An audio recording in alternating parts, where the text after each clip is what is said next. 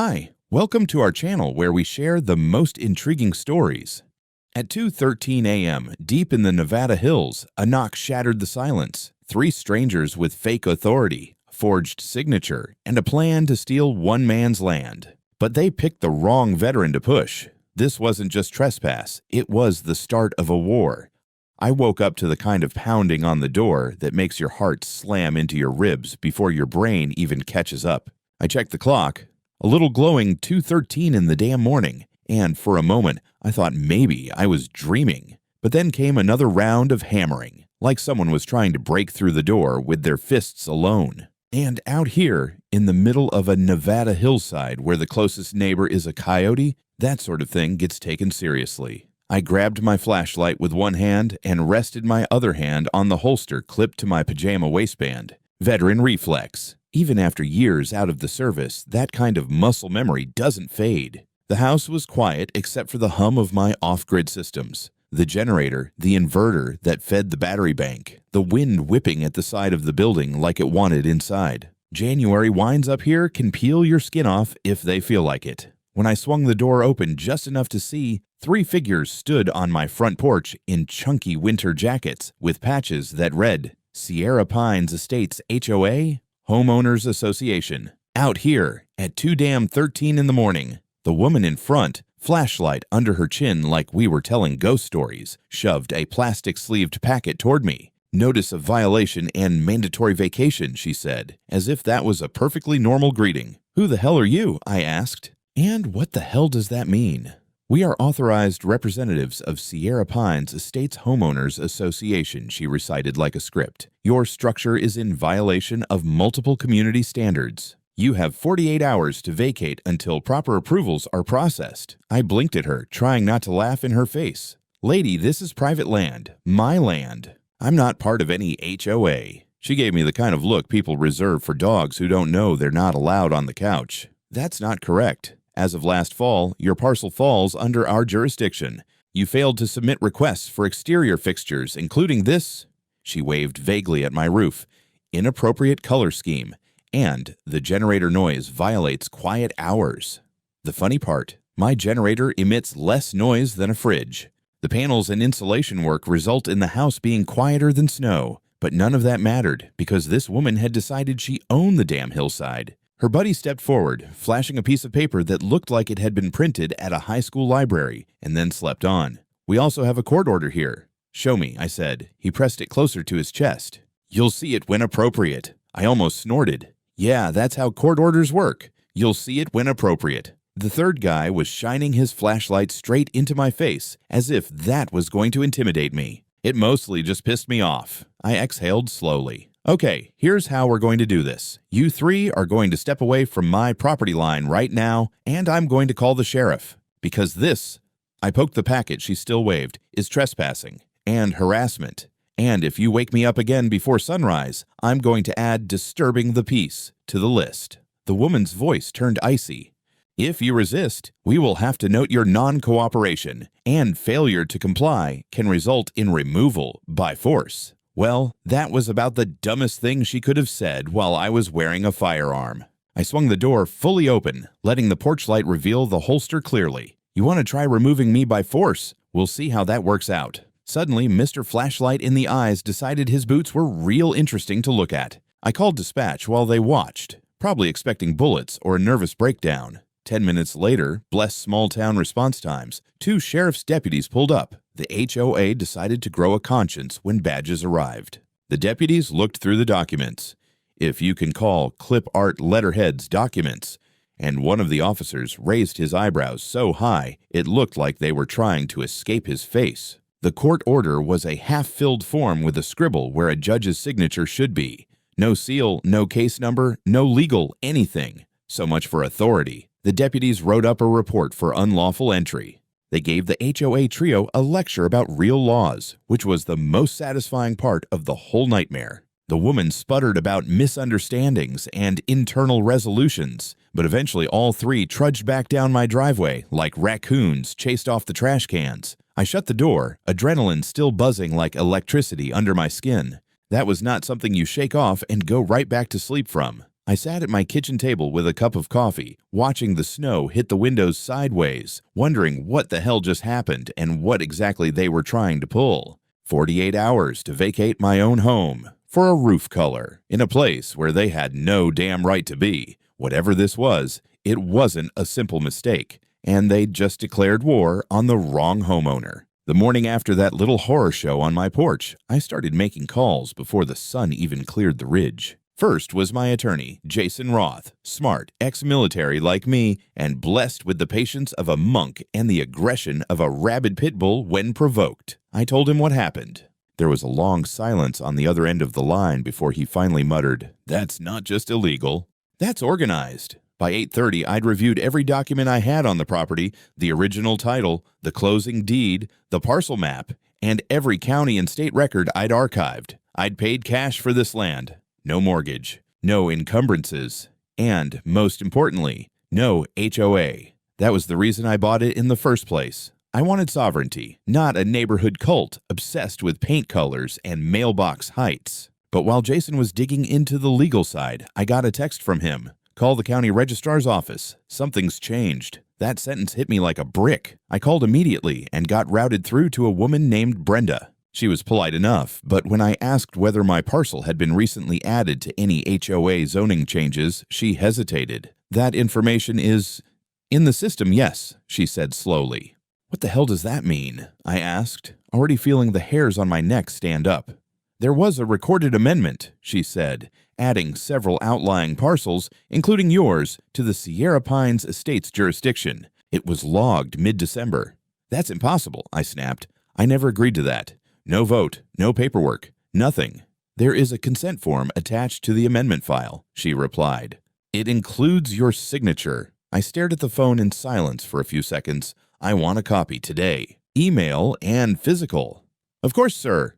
An hour later, the document hit my inbox, a scanned request for voluntary inclusion in Sierra Pines Estates HOA, dated 3 months prior, with my name, address, parcel number, and a half-assed signature that was supposed to be mine. I'd never seen that form in my life. The signature looked close enough to fool someone who didn't know better, but it wasn't mine. A soldier learns his own pen strokes like his weapon serial number, and this one was all wrong. I called Jason. "It's forged," I told him. "I thought so. It's sloppy. No notary. No cross-reference with your ID. They filed it directly through the registrar's office without verification. So someone inside helped. That's my guess. We're going to need to escalate." By noon, I drove down to the Carson County Recorder's office myself. The building was a squat 2-story cube of bad lighting and stale coffee smells. I marched into the records department and asked to speak with whoever handled the HOA filings. A man named Trevor Miles came out,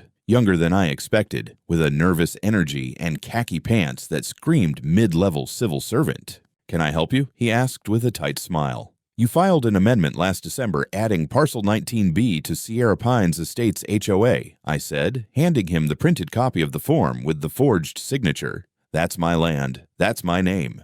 That's not my damn signature." His eyes flicked down to the page, and for a moment, something passed over his face. A little flinch, just a twitch. Most people wouldn't catch it, but I've debriefed enough liars to know what guilt looks like. "I'd have to review the file," he said carefully.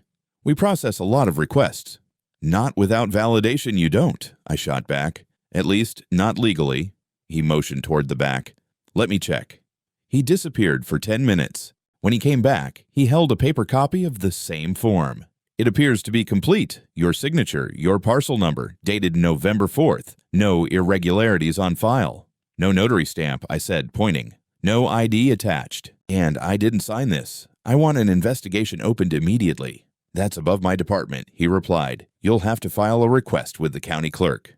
"Which I'm doing. Right now." I filed a formal fraud complaint at the counter, handed over both the digital and print forms, and requested a full review of every amendment filed by Sierra Pines Estates over the past 3 years. Jason called me that evening. "This isn't just about you," he said. "I've already found 2 more parcels that were added in the same amendment. One of them has a homeowner who says he never signed a thing either." "So they're running a goddamn forgery operation?" "Looks like it." That night, I pulled up a map and highlighted my property in red. Then I highlighted the others added in that same amendment, 5 in total, all on the edge of the HOA's existing zone, all isolated, all valuable, all apparently targeted. Someone was trying to grow their little empire illegally, and they thought I wouldn't notice.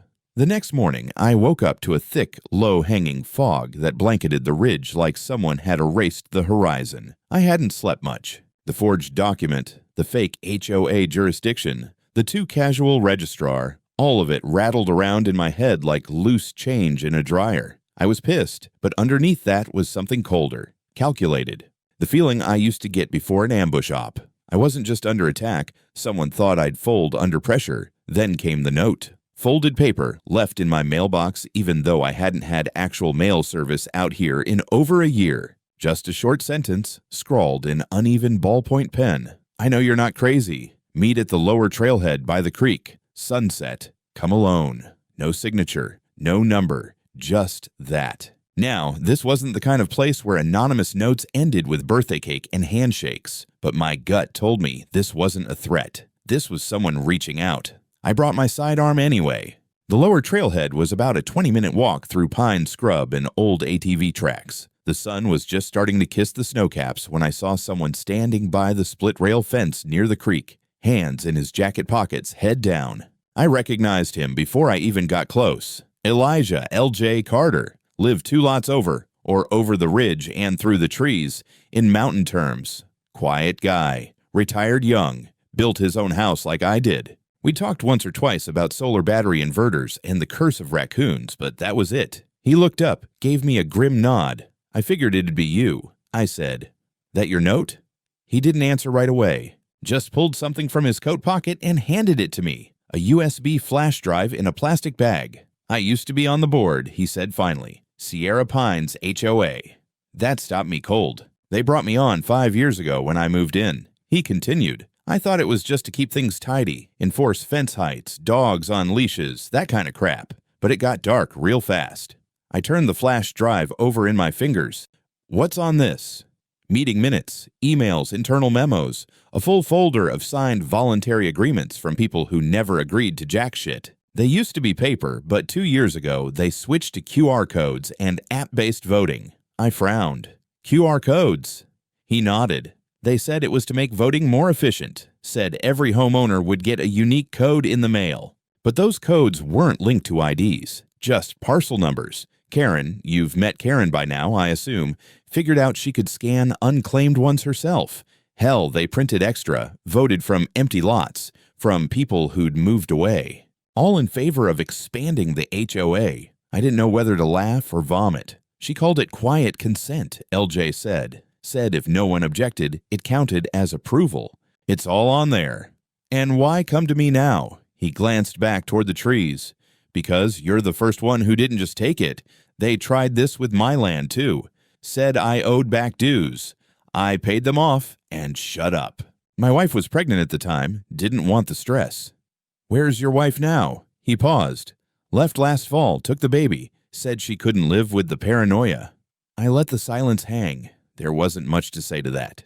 So what do you want from me? I asked. Nothing, he said. But if you take this to the authorities, you need to know. The registrar, Trevor Miles, he's in on it. Gets kickbacks every time a new parcel gets added. Karen's been expanding her little kingdom one forged vote at a time. I exhaled hard. Jesus Christ. It's not just you, he added. It's 5, maybe 10 parcels already. Isolated ones. No neighbors to help. Easy targets. I looked at the drive again. You sure this is solid? Absolutely. I used to be the one uploading it all. I know where the bodies are buried. He turned to walk back toward the trail. I'll deny everything if they come asking, but if you burn them down, burn them good. That night, I plugged the drive into my laptop. The folder tree looked like a digital autopsy, dozens of PDFs, scanned forms with mismatched signatures, vote tallies showing 95% participation in a community where half the lots were uninhabited, even an internal memo from Karen dated just a month ago. Goal: absorb parcels before spring. Push QR kits by December. Miles will backdate if needed. My hands clenched into fists. This wasn't HOA overreach. This was organized fraud. And they had just handed me the bullet with their name on it. By sunrise the next day, I was no longer just a pissed-off homeowner with a camera and a clean title. I was sitting on a goddamn conspiracy. I spent the morning combing through every file on LJ's drive.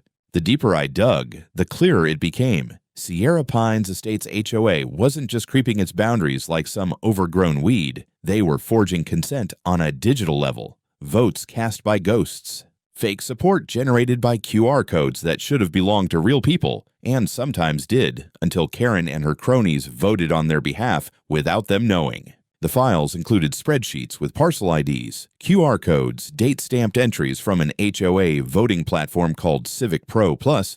Looked official as hell, but I checked the domain registration. It wasn't run by any neutral tech vendor. It was owned by Capesius M Solutions LLC. And K just so happened to be Karen Woolbridge, queen of the HOA herself. She had literally set up a fake voting app and made herself the administrator. Jesus. Jason, my attorney, could hardly believe it when I showed him. "This is felony-level fraud," he said over the phone. "You realize what this is, right? It's a digital paper trail of systemic voting manipulation. If this app crossed into other counties, it could be a multi-jurisdictional case." That clicked something in my brain. "Wait," I said, "can you check whether this HOA ever claimed jurisdiction over lots in Washoe County?" "Give me 20 minutes," he said. I already knew the answer before he called back.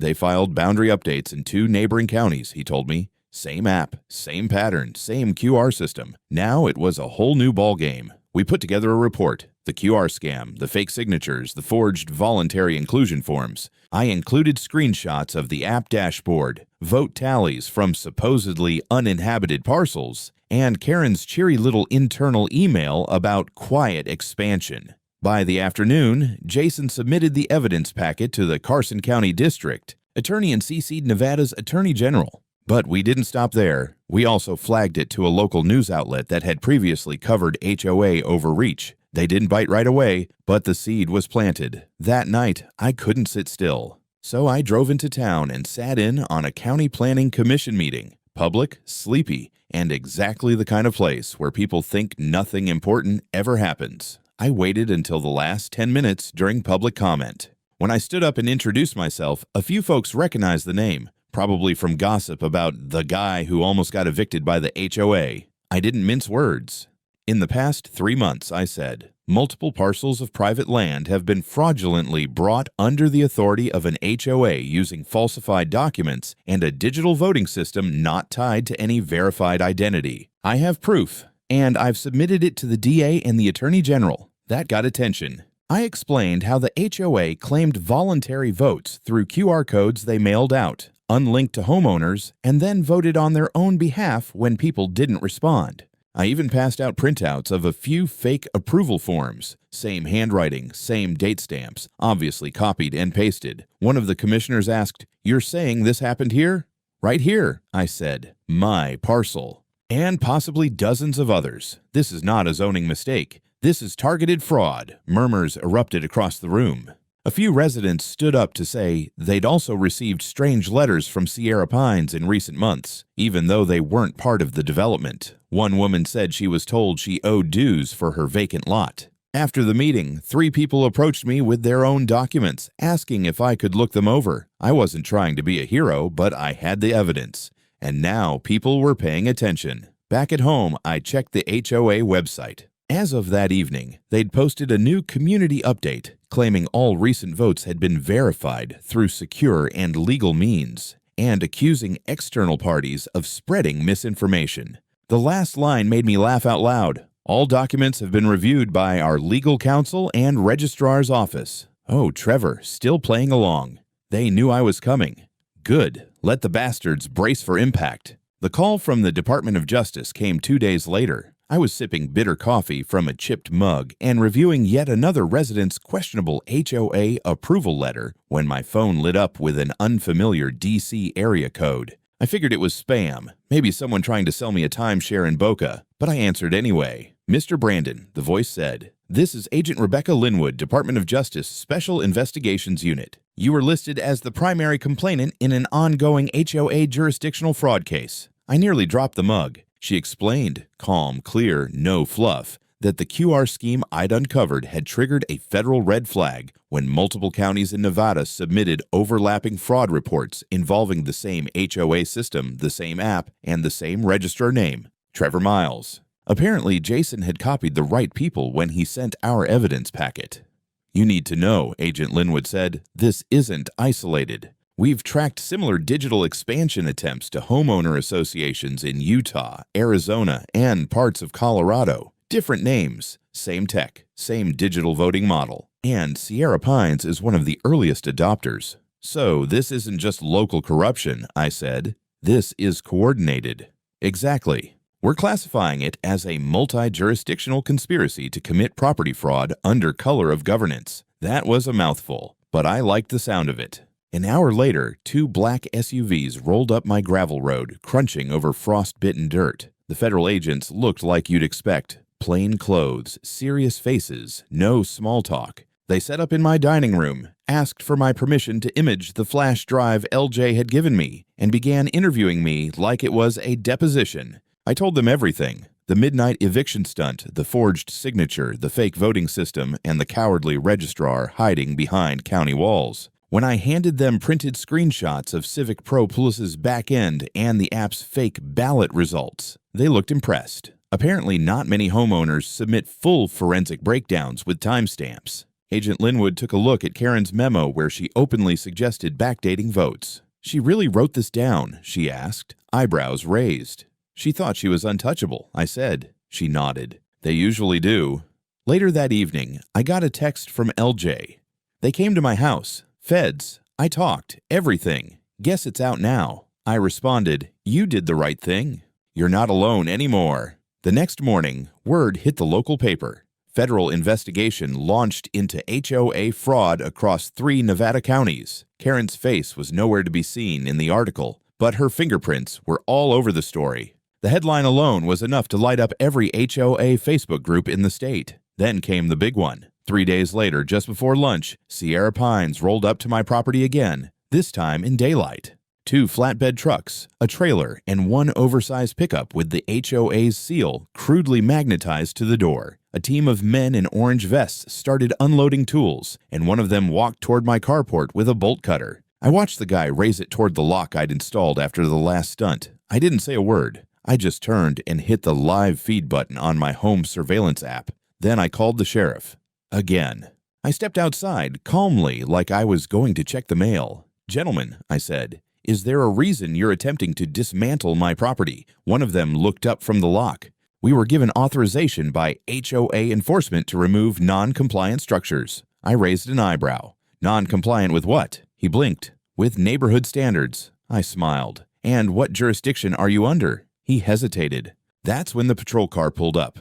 Same deputy as before. Good guy. Took one look at the bolt cutter mid-swing and didn't even ask questions. He arrested 2 of them on the spot. The others scattered like ants. The entire thing, from truck arrival to cuffs clicking, was caught on my exterior cams and uploaded to my cloud. Within 2 hours, the footage was viral in 3 community Facebook groups and had already hit local Reddit. It didn't take long for commenters to start connecting the dots. The fake votes, the midnight threats, and now blatant daylight property destruction. Even better? That same evening, LJ reached out with a bombshell. "Found something else," he said. They were sending out QR kits under the names of dead owners. I checked obituaries against voting records. Karen scanned ballots from people 6 feet under. I added it to the evidence file. By the end of the week, FBI agents executed search warrants at both the Sierra Pines HOA office and Trevor Miles's desk at the county registrar's office. They hauled out boxes, literal boxes, of files, hard drives, backup tapes, and one idiot staffer who tried to sneak out the back with a laptop in his hoodie. Trevor was taken in for questioning. Karen wasn't far behind. The system they built to fake legitimacy was finally being picked apart, and I wasn't just some stubborn ex-engineer with a gun and a generator anymore. Now I had the federal government at my back. They called me to testify on a Thursday morning. Federal court in Reno was colder than I expected. Not just the air conditioning, but the mood. The kind of silence that settles over a place when people realize everything fake is about to be ripped apart under oath. Karen Woolbridge sat at the defendant's table in a navy suit that probably cost more than my truck. Her hair, usually that Stepford polished blonde, looked flat, like the mask had finally peeled back a bit. Beside her, Trevor Miles looked like a man whose stomach had been replaced by a bag of wet marbles. No eye contact, no fight left. I sat down at the witness stand, raised my right hand, and swore to tell the truth. I didn't need reminding. I'd been living the truth for weeks now. Months, really. Mr. Brandon, the prosecutor, began. Can you walk us through the events of January 3rd? So I did. I told them everything. The 2:13 a.m. knock, the fake eviction notice, the so-called court order waved in my face like some HOA version of martial law. I described the threats, the forged signature that magically enrolled my property into an HOA I'd never consented to, and the absolute circus that followed. The jury sat forward, leaning into the story like it was the only real thing happening in the room. They flinched at the idea of being kicked out of their homes in the dead of winter. I made sure they knew. This wasn't about dues or paint colors. This was about power, stolen behind our backs, wrapped in legal jargon and bureaucratic fog. Then the prosecutor brought up the QR system. I walked them through the emails LJ had uncovered. I explained how Civic Pro Plus worked, or rather, how it didn't. How the QR codes were distributed under the pretense of secure voting, but were actually assigned to parcel numbers, not people. How Karen and her board scanned them themselves, racking up votes like it was a game. And these QR codes, the prosecutor asked, did they require any form of identification verification? None, I said. No ID, no login, not even a name, just a scan and a checkbox. We showed the jury screenshots of ballots approved by long vacant lots, then ones linked to deceased homeowners, some of them gone for years. Did you find any evidence of direct manipulation? I nodded and held up a printed copy of Karen's memo, the one where she'd outlined parcel expansion goals and casually noted that Trevor would backdate the filings if necessary. The defense tried to object, but the judge overruled. The memo was entered into evidence. You could feel the heat in the room shift like someone turned on a blowtorch under the defense table. Then came the part I didn't expect. LJ testified. He took the stand in a dark gray jacket and jeans. No suit. Just a regular man, finally done hiding. His voice was steady, but every word carried the weight of years. I was on the HOA board, he said. I saw what we were doing. I helped file expansion forms, push QR kits, stage vote tallies. At first, I thought it was routine. Then I realized we were steamrolling property rights. Why didn't you come forward earlier? The prosecutor asked. My wife was pregnant, he said quietly. Karen made it clear that people who spoke up lost more than money. I didn't want to test what she meant by that. His voice cracked on the last word, but he straightened his shoulders and looked Karen dead in the eyes. She doesn't scare me anymore. The courtroom was still. For a few seconds, no one even breathed. After that, the dominoes fell fast. A forensic tech from the FBI testified that Civic Pro Plus ballots had been cast from a single IP address located inside the HOA's main office. Hundreds of votes, multiple counties, all in favor of HOA expansion. Then the county clerk's office dropped the hammer. Trevor Miles had submitted over a dozen retroactive filings without witness signatures, notary stamps, or ID verification, all processed through his personal login credentials, most of them filed. Late at night, Karen's defense tried to play the victim card, claimed it was all bad record-keeping, and that she trusted her staff, that she was trying to modernize outdated HOA systems. The prosecution didn't even flinch. They projected a slide onto the courtroom screen, one of Karen's emails to Trevor. Let me know when 19B is locked in. If he fights, we hit him with the full noise ordinance angle. They always fold when we act like it's already decided. Do you recognize this email? The prosecutor asked her. Karen refused to answer. The judge ordered her to respond. She finally muttered, yes. In that moment, her entire face fell like a condemned building. All that smugness, that HOA queen energy, gone. Just a woman caught in her own paper trail. The last straw came when a whistleblower from the registrar's office testified that Trevor had offered him a piece of every expansion if he kept quiet. Said the phrase he used was, don't think of it as fraud. Think of it as community consolidation. Hell of a euphemism. The jury was out for less than 3 hours. When they came back, the verdicts were unanimous. Karen Woolbridge, guilty on all counts. Trevor Miles, guilty on all counts. Conspiracy to commit fraud, forgery of legal documents, unauthorized use of digital systems for governance manipulation, attempted property seizure by fraudulent means. I sat in the back row and exhaled like I hadn't taken a full breath in weeks. The court ordered Karen to pay restitution to every homeowner affected, nearly a dozen cases by then. Trevor lost his position, pension, and freedom in the same ruling. They were both remanded into custody immediately. No bail, no goodbyes. The judge closed the session with a rare statement. This court does not tolerate the weaponization of bureaucracy. Property rights are not a suggestion. They are a foundation. Amen to that. The day after the verdict, Sierra Pines Estates was a ghost town. Not the houses, but the people who ran the show. The HOA office was shuttered, its blinds drawn like it was mourning the loss of a dictator. No more smug newsletters, no more unmarked envelopes slipped into mailboxes threatening citations for non-standard roofing angles or incompatible mailbox fonts. And yet, the damage they'd done still lingered like a bad smell. Dozens of homeowners were left with bogus dues claims, fraudulent liens filed against their properties, and lingering paranoia. Some of them had moved away entirely, quietly selling their homes at a loss just to get clear of the suffocating grip Karen had imposed through fear, form letters, and false authority. But justice, it turned out, wasn't done yet. A week after the sentencing, the Department of Justice filed for the court-ordered dissolution of the Sierra Pines Estates Homeowners Association as a non-compliant entity operating under fraudulent practices.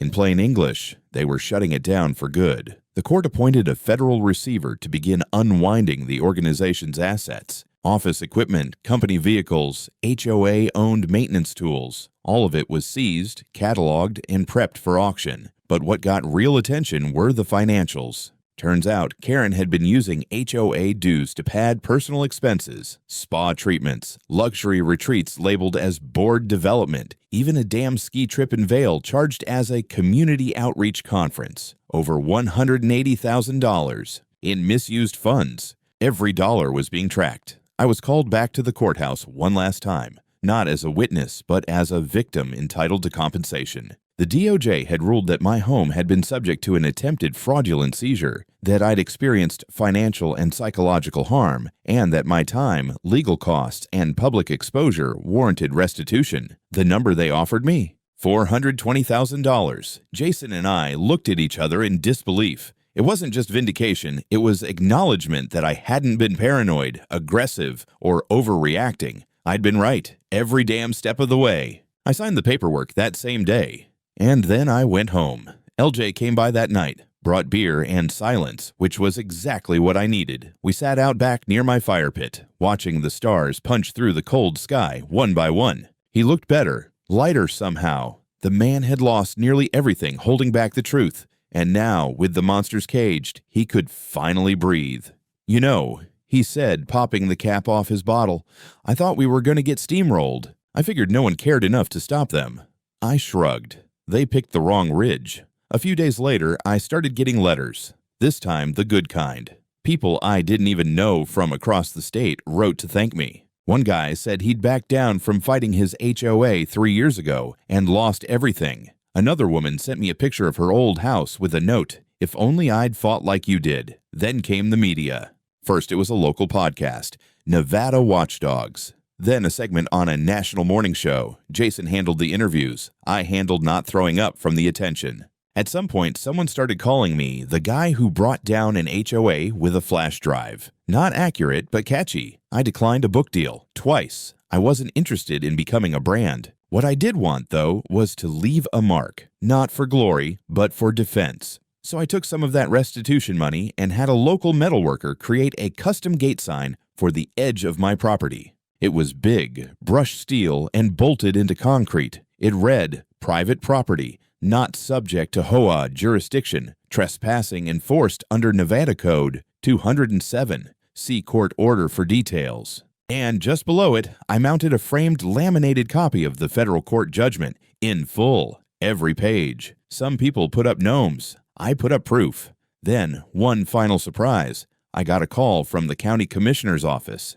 Turns out they'd been reviewing HOA oversight rules across the region, and my case had lit a fire under their asses. They were drafting new legislation requiring all homeowner associations to undergo third-party audits every 2 years and to register their digital voting systems with the Secretary of State's office, and they wanted me to sit on the advisory board. I laughed at first, said I wasn't a suit, but the commissioner told me I didn't need to be. They needed someone who'd smelled the bullshit firsthand, someone who could spot fake authority from 100 yards away. I told them I'd think about it.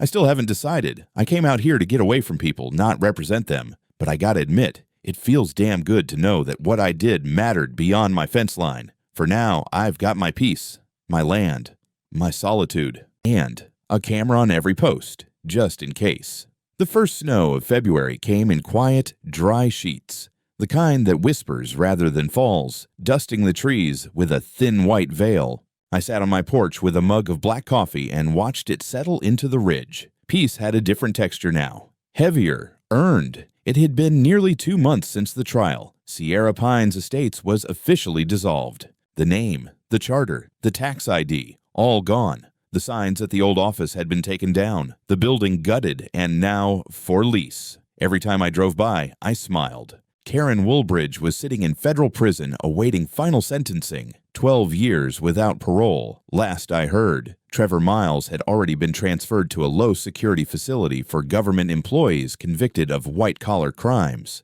He'd taken a plea deal, confessed to falsifying records, and agreed to testify in other HOA-related cases popping up across the Southwest. Yep, turned out our little skirmish up here on the mountain had kicked open a door. After our trial went public, 3 more HOA fraud investigations launched across Nevada, 2 in Arizona, 1 in southern Utah. Civic Pro Plus was officially blacklisted by state governments, and new legislation was in the works requiring all HOA votes to be certified with government ID verification or live quorum sessions. Jason called it a reckoning. I called it damn well overdue. I'd thought everything was over after the auction. The federal receiver had sold off Sierra Pines equipment, vehicles, and Karen's remaining assets to help pay restitution. I got a letter informing me I'd receive a final payment. A small sum from the sale of their snowplow, of all things. But the real end came quietly. One morning, I got a knock at my door. I tensed instinctively, but it wasn't a flashlight mob this time. Just a man, early 30s, beard, good posture, hands visible. He introduced himself as Eric Sandoval, a property owner from down the valley. I just wanted to say thank you, he said. I bought my place 2 years ago. Didn't realize until last month that it had been absorbed by Sierra Pines the same way they tried to do to you. I saw your story, your video, that sign at your gate. You gave me the guts to file my own complaint. I shook his hand and invited him in. We talked for 2 hours about off-grid living, about what community really means, and what it absolutely doesn't. He wasn't the first to show up like that. Over the past few weeks, more and more people had stopped by, sent letters, or messaged me online. One guy offered to make a short documentary. A local high school student asked if she could interview me for her civics paper. I agreed, but warned her I wasn't the best role model. She laughed and said, "You stood up for what's right. That counts." I don't usually get sentimental, but that one stuck with me. One evening, I drove down to what used to be the central signboard for Sierra Pines, the big fake stone slab that used to boast a private community, order, beauty, belonging. Somebody had defaced it with red spray paint. Just 3 words, all caps. Not anymore, Karen. I couldn't help but laugh. A month later, I was invited to speak at a community town hall, the same commission that once rubber-stamped Karen's boundary expansions. Now, they wanted guidance on how to protect property owners from future abuse. I kept it simple. I told them the problem wasn't just corrupt people, it was systems with too much power and too little oversight. I told them people don't need to be controlled, they need to be heard. And I reminded them that no organization, no board, and no seal on a letterhead is above the Constitution. When I finished, they clapped. A few folks even stood. I didn't know what to do with that, so I just nodded and walked off.